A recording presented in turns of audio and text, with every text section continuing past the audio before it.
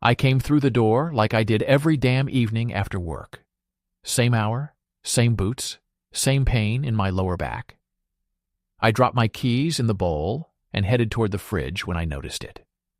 A folded note sat in the middle of the kitchen table, held down by a silver locker key. Not our house key. Her gym key. I didn't open it at first. I just stared at that key like it was a warning. Then I picked up the paper. The message was short and cold. No emotion, no soft words. I need space, I need freedom. Please don't contact me, I'll be fine. No apology. No, I love you. Just a goodbye, followed by instructions. Before we continue, tell me which city or country you're watching from. I didn't sit down or break apart. I stood in that silent kitchen while the smell of the coffee she'd made that morning still hung in the air. I could smell her coconut creamer. Her mug was rinsed but left by the sink, the same mug that always had a lipstick mark, now dry and useless. The backsplash we'd argued over, the couch she'd chosen, the fake fiddle leaf fig she'd insisted we buy. Everything suddenly looked staged, like I'd walked onto a set after the actors had gone home. I went to the bedroom.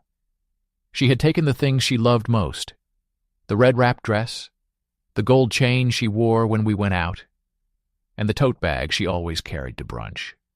But her old sneakers were still there, muddy from our last hike. Her perfume remained on the dresser. Our pictures still stood beside the bed. Me lifting her at Niagara Falls, her kissing my cheek at her cousin's wedding, still framed, still smiling.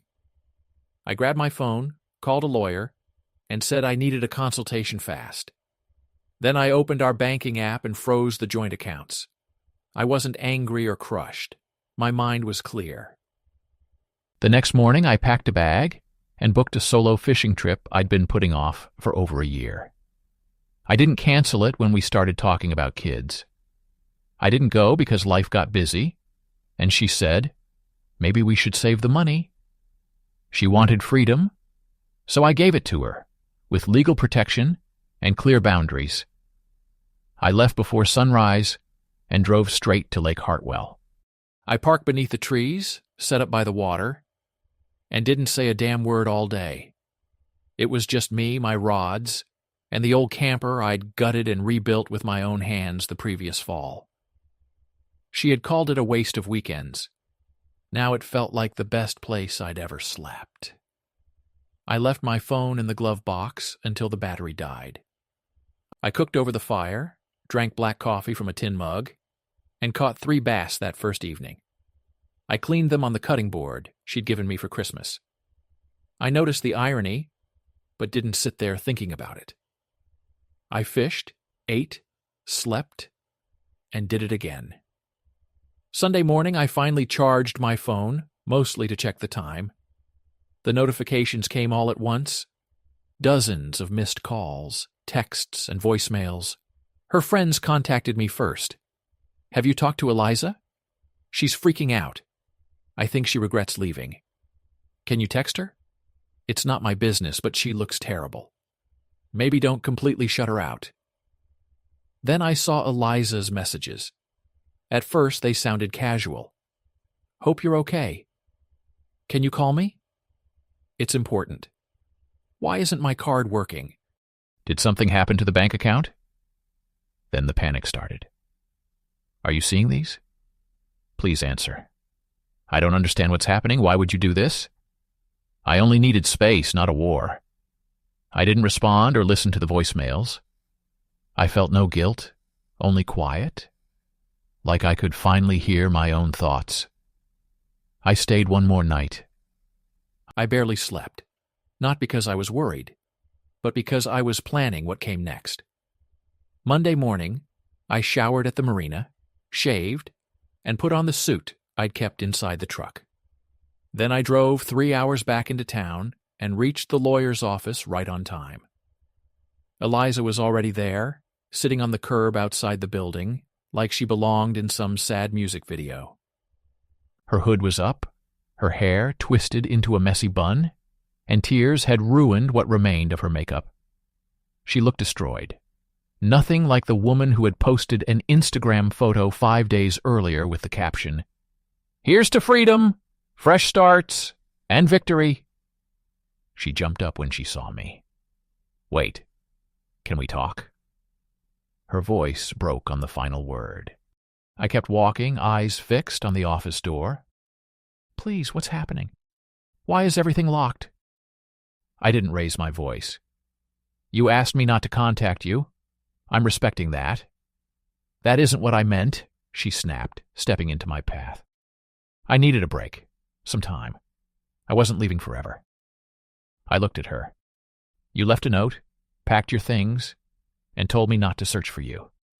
Her eyes dropped. "I didn't think you'd actually follow the instructions." I moved around her and opened the door. "That's why lawyers exist." Behind me, she started crying again. "This is all a huge mistake." Too late. Howard was waiting in the lobby.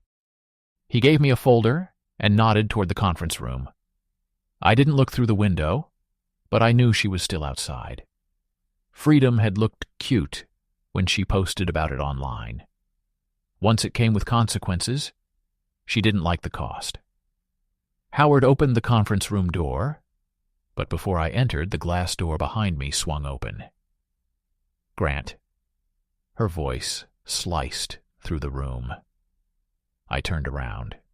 Eliza rushed in from the sidewalk, her face red and her breathing hard, like she'd been running. "What the hell is happening? Why can't I access anything?" Howard stayed calm. I handed him the folder, then faced her. "I froze the accounts and hired legal counsel. You said not to contact you, so I didn't. I handled what needed handling." She stared at me like I'd struck her. "You froze everything?" "Everything joint. My name is on it too, so I made a choice. You didn't even try talking to me first. You left me a damn note, Eliza." She lowered her voice and stepped closer. "I wasn't leaving permanently. It wasn't like that. I only needed space. You told me not to look for you." I kept my voice even. "You were very clear." Her eyes moved toward Howard. "Is he your attorney?" I nodded. "Yeah." Her mouth opened, and panic spread across her face. "You already hired someone?" "Last week." She blinked quickly and stepped back. "Are you serious? You think one bad choice means throwing away our whole marriage?" "You made several choices, Eliza." "Don't act like this happened without thought." She grabbed her phone. "I saw the email and the retainer confirmation. You didn't even tell me. You told me not to speak to you. I respected your decision." She pointed a trembling finger at me. "You're making this bigger than it is. I needed a break, Grant." I felt overwhelmed. "Then you should have said that instead of leaving your gym key on the table like some dramatic mic drop." "I wasn't trying to hurt you," she said, her voice breaking.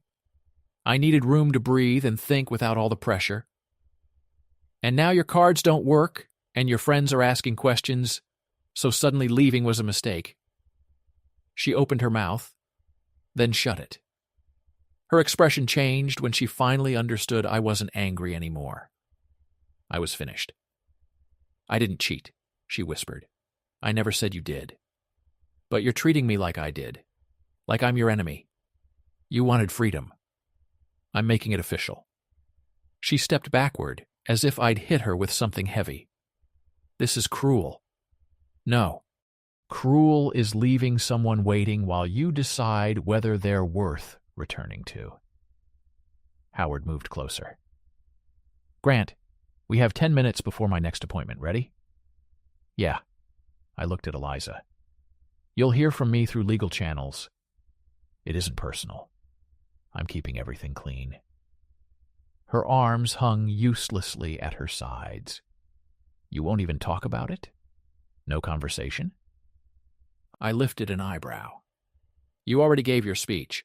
I'm making sure everything else is documented." She slowly shook her head, like she was looking at me for the first time. You're not the man I married."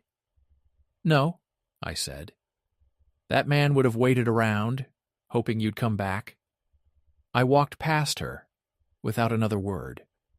Later that afternoon, I got a voicemail from some guy named Brent. He spoke like we were old buddies about to settle things over a beer, even though I'd never talked to him in my life. "Hey, Grant. It's Brent. Look, I think we should have a quick man-to-man conversation when you have time. Call me back." I knew exactly who he was. One of Eliza's co-workers, the guy she laughed with a little too much at company events. He appeared in nearly every group photo, usually standing behind her with an arm around her shoulders and a grin that said they shared some private joke I wasn't in on. I recognized him, but I had no intention of returning his call. I forwarded the voicemail to Howard and told him to deal with it. I wasn't handling any more of this mess alone. The next morning, I was making coffee when someone knocked on the door. I wasn't expecting anyone, so I left the chain on and looked through the glass. Brent stood outside with his hands buried in his jacket pockets, looking far too smug. Eliza was behind him, with her head lowered, like none of this involved her. "Hey, Grant, it's me, Brent," he said, sounding way too cheerful. "We came to grab a few things for Eliza. She didn't have time to take everything." I kept the door closed. "You have about 2 seconds to leave before I call the police." He narrowed his eyes, trying to decide whether I was serious. "What? It's no big deal. She only needs a few things she left behind. We'll be quick." I shook my head. "You're not coming inside." "You're serious?" His expression hardened. "Come on, man. Let us grab a bag or two. She isn't asking for much." I said no. I looked past him at Eliza. She wouldn't meet my eyes. Both hands were wrapped around her phone, probably texting, so she could pretend she wasn't standing in the middle of this. "You and Eliza are dealing through lawyers now. Anything she needs goes through them." Brent leaned against the doorframe, trying to seem relaxed. "It isn't like that, Grant. I'm only helping her. She's been through a lot. I don't care. The locks have been changed. Any access to this house goes through the lawyers, and you aren't one." I saw his anger building. "You have no right to do this. It's only her stuff. You can't lock her out." I didn't react. "You have 2 choices. Call a lawyer or wait for the cops." He stood there another moment, then threw up his hands. "Fine. Whatever. But don't pretend you're the victim. You froze the accounts and locked her out.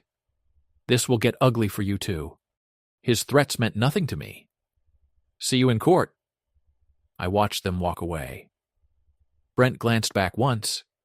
Eliza kept staring at her phone, avoiding the situation like she always did when things became uncomfortable. I locked the door and returned to my coffee. After they left, I started digging into everything. I didn't want to. I had no desire to drag up a mess that was already behind me, but I needed the full truth.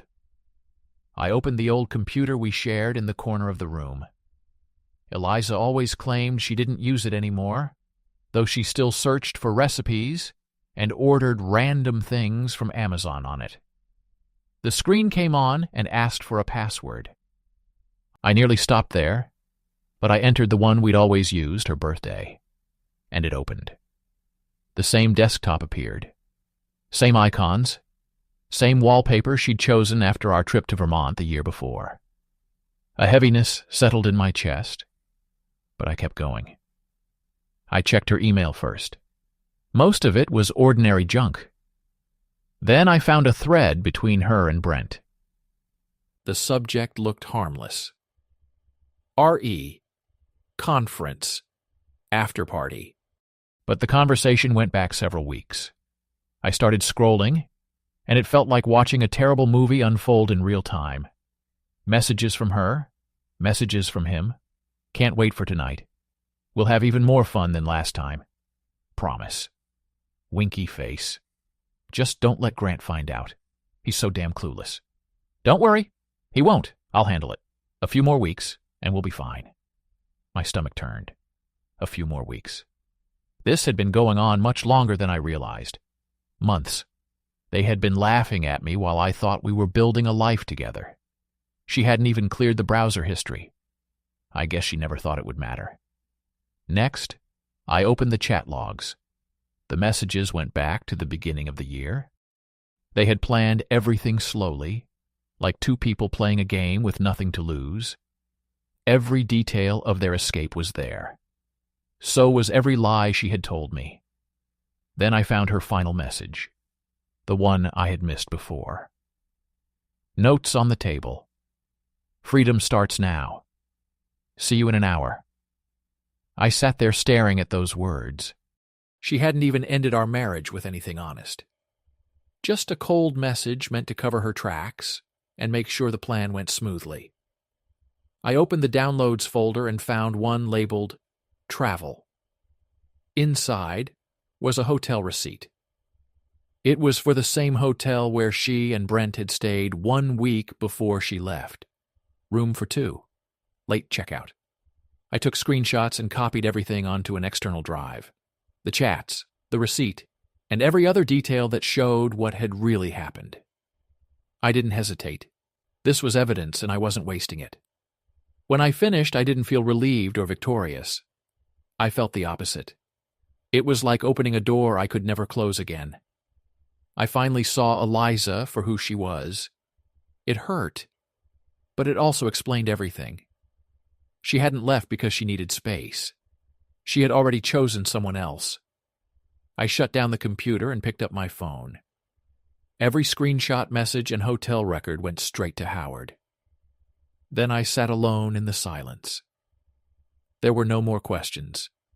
No more wondering. I was going to finish this. I wasn't letting her turn me into the bad guy anymore. I would simply follow through. As soon as Howard confirmed everything was legally in order, I called the landlord. I explained the situation, sent him a copy of Eliza's note, and told him she had moved out permanently. He didn't argue. The lease was rewritten in my name alone. No questions. No drama. It was done. I didn't celebrate. It was just another necessary step. The house was mine. A week later, my phone rang while I was washing dishes. Eliza's name appeared on the screen. I answered on the third ring, not because I was curious, but because it was part of the process. "What the hell, Grant? Why won't you let me back inside?" Her voice was frantic. "I already told you, Eliza. You left. You moved out." I spoke slowly, like I was explaining something simple. "The lease is only in my name now. You don't have a key. Stop lying. I'm coming back, and you can't stop me." She sounded desperate, like saying it louder could make it true. "You gave up access when you left. I'm following my lawyer's advice. The locks were changed, and the house is mine now." A long silence followed. Then her voice broke. "What am I supposed to do? You think I'm just going to disappear?" "No." I kept my voice cold. "But things with Brent aren't going well, are they? You two aren't exactly living comfortably." She stayed quiet. I could almost hear her searching for a way to hide the truth. Then she snapped, "You don't know anything about it." "I don't need to. You're not my responsibility anymore. You made your choice, and I'm following through. My lawyer says you abandoned the lease. That's the end of it." Another long silence came. Then she spoke more quietly. "Grant, please. I just need somewhere to go." I shook my head, even though she couldn't see me. "You had a home. You chose to leave it. Now you deal with what comes next." "I never thought you'd really do this," she whispered. I let the silence hang. "You wanted freedom, Eliza. Now you have it. Don't use me as your backup plan." I ended the call. I didn't feel satisfied. I only felt lighter, because the process was finally moving forward. I hadn't done anything to her or created this mess. I had simply followed the legal steps. She didn't get to blame me for the consequences of her own choices. I felt no pity. Eliza had asked for freedom, and I made sure she got the full version of it, reality included. I stayed quiet after that. I didn't insult her or explain myself to people who never asked. I wasn't letting anyone else's opinion decide how I handled my life. But secrets like this don't stay hidden forever. It began with whispers. Friends checked in, mostly worried about Eliza. Then people started choosing sides. Some of the friends who had always known us as a couple stopped speaking to me. Others used that fake casual tone and said they hoped everything worked out. I didn't need to hear any of it. Then Brent's name started coming up more often. People had figured out most of the story, or at least enough to make their own conclusions. It turned out he wasn't some happily single man rushing in to rescue her. Brent was married too. His own divorce had become a public disaster. His wife aired everything on social media and made no effort to stay civil. Human resources had gotten involved at work, and his reputation was already ruined. Still, he acted like the good guy, pretending he was the answer to Eliza's problems. Meanwhile, his career was falling apart. As their personal mess grew, it started damaging both of them professionally.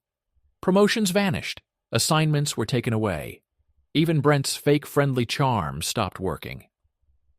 One afternoon, Marissa called me. She was one of Eliza's old friends and usually stayed away from drama, but this time she felt the need to speak. "You've heard what's happening with her, right?" she asked carefully. "How fast everything fell apart?" I stayed quiet. I wasn't confirming anything. "She keeps posting happy pictures like everything is fine, but people are noticing, they're talking. It looks bad for both of them." "Let them talk," I said, sharp but controlled. "I'm done with rumors. I don't owe anyone an explanation." Marissa paused.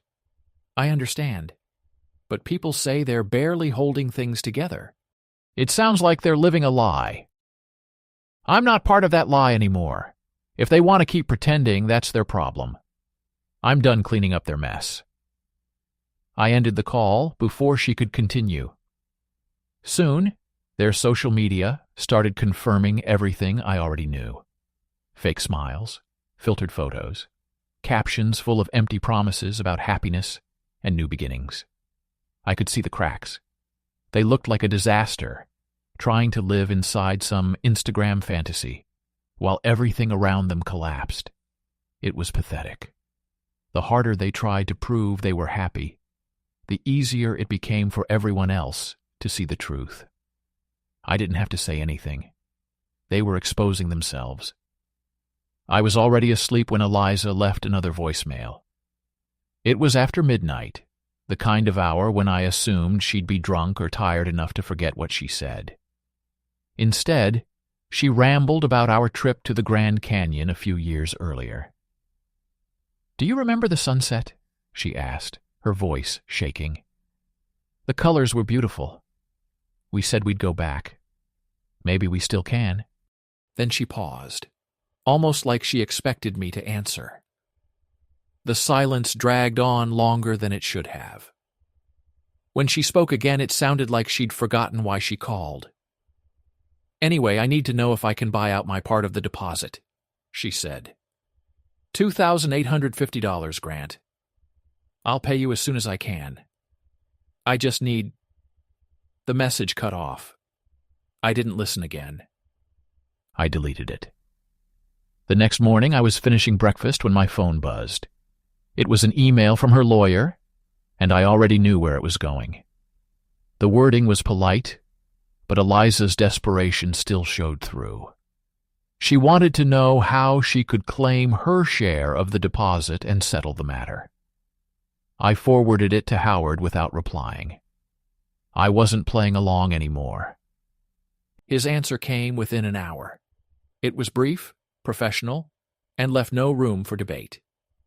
He attached a password-protected file named Brent and wrote, "Please see the attachment. I believe it will answer your question regarding the requested deposit. Regards, Howard." I opened it immediately. Inside were several messages between Eliza and Brent.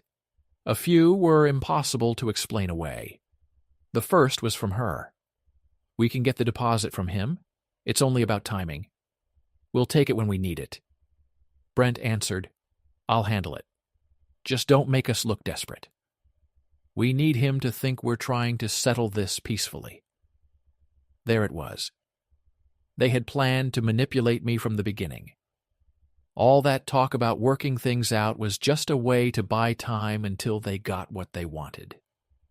I felt no victory reading it, only a dull sense that this was truly finished. I forwarded the email and attachment to Eliza's lawyer with one sentence. "I'm not considering this request. All future communication must go through my attorney." That ended it. Her lawyer never responded. I knew what followed: silence, consequences, and the realization that they had gone too far. Eliza wasn't getting the money or the control she wanted. Their game was over, and she had lost. I didn't need to say anything else. They had made their bed. Now they could lie in it. It took 6 months to finish everything. The process was quiet, professional, and ruthless. Howard did his job, and I stayed out of his way. During that entire time, I never spoke directly to Eliza. Every word passed through our lawyers. With each new step, I felt less like the man I used to be, but I kept moving forward. Her attorney tried to defend her, but Howard had everything: messages, hotel receipts, bank records, and every careless trail they had left behind. Eliza had abandoned me, then tried to act friendly once she needed something. Howard didn't need me to argue. He used her own words and choices to tear apart every claim she made about fairness. The judge ruled in my favor when it came to dividing the assets. Eliza got almost nothing. She kept her personal belongings and a small piece of our savings, but nowhere near what she expected. Her lawyer argued, but it made no difference. Eliza's own actions had destroyed her case. I kept the house. She couldn't even challenge it, because the lease and purchase option had been transferred into my name months earlier. All I had to do was sign the final papers, and the place was officially mine. It was the least dramatic victory I could imagine. No celebration, no feeling of triumph, just a quiet, clean ending. A month earlier, I had sat at the closing table with a pen in my hand, signing away the final connection to the life we had built. The house belonged to me in every legal sense. I didn't care how Eliza or Brent were doing. I heard they had ended up in a cramped apartment, trying to save whatever was left of their relationship. Friends said the place was small and uncomfortable, just one more failure added to the pile. I didn't send a card or reach out. Their mess had nothing to do with me anymore. Eliza was finally feeling the pressure and understanding what she had lost. I wasn't following her life, but the rumors still reached me.